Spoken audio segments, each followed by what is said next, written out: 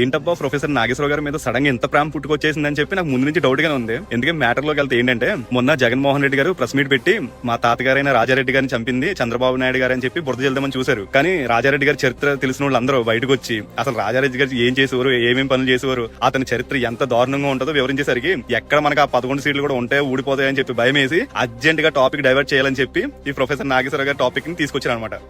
జర్నలిస్టులు ఎలా అనేసారు, జర్నలిస్టులు ఎలా అనేసారు అని చెప్పి జర్నలిస్ట్ ముసుగులో ఉన్న కొంతమంది బ్రోకర్ నా కొడుకుల్ని తీసుకొచ్చి కూర్చోబెట్టి పవన్ కళ్యాణ్ గారిని ఇష్టం వచ్చినట్టు తిట్టేస్తున్నారు. అందులో ఒకటి ఉంది, కనీసం దాని మోహన్ చూస్తుంటే అది చిత్తు కాగితాలు డ్రైన్ లో డబ్బాలు ఉంటాయి కదా, వాటర్ బాటిల్స్, అది ఎత్తుకుని టైప్ లో ఉంది. దాన్ని తీసుకొచ్చి పవన్ కళ్యాణ్ గారి ఫోటోని చెప్పు తీసుకుని కొట్టేస్తున్నారు. ఇంతలా దిగజారిపోయిన జర్నలిస్టులు అని వాళ్ళు ఎవరు అలా ఉండరండి. వాళ్ళు చాలా హుందాగా ఉంటారు. కానీ ఇలాంటి జర్నలిస్ట్ ముసుగులు ఉన్న పోరంబోకులు చేసే విధానాలు పెట్టి ఆల్రెడీ ఇప్పుడు తెలంగాణలో కూడా చాలా ఇష్యూ జరుగుతుంది. జర్నలిస్ట్ అనే వాళ్ళు అలా ఉండరండి. అసలు జర్నలిస్ట్ అనే వాళ్ళు చాలా హుందాగా మాట్లాడతారు. ఇలా ఫోటోల మీద చెప్పులతో కూడా చరిత్రలు ఎప్పుడు జరగలేదు. ఇలాంటివి ఫస్ట్ టైం జరుగుతున్నాయి. అంటే అర్థం చేసుకోండి, వాళ్ళు జర్నలిస్టుల ముసుగులో ఉన్న పోరంబోకులు ఎంత డైవర్ట్ చేసినా సరే మీ చరిత్ర అలాగే ఉంటదండి. జగన్మోహన్ రెడ్డి గారు చెరిగిపోలేని చరిత్ర రాశారు మీరు.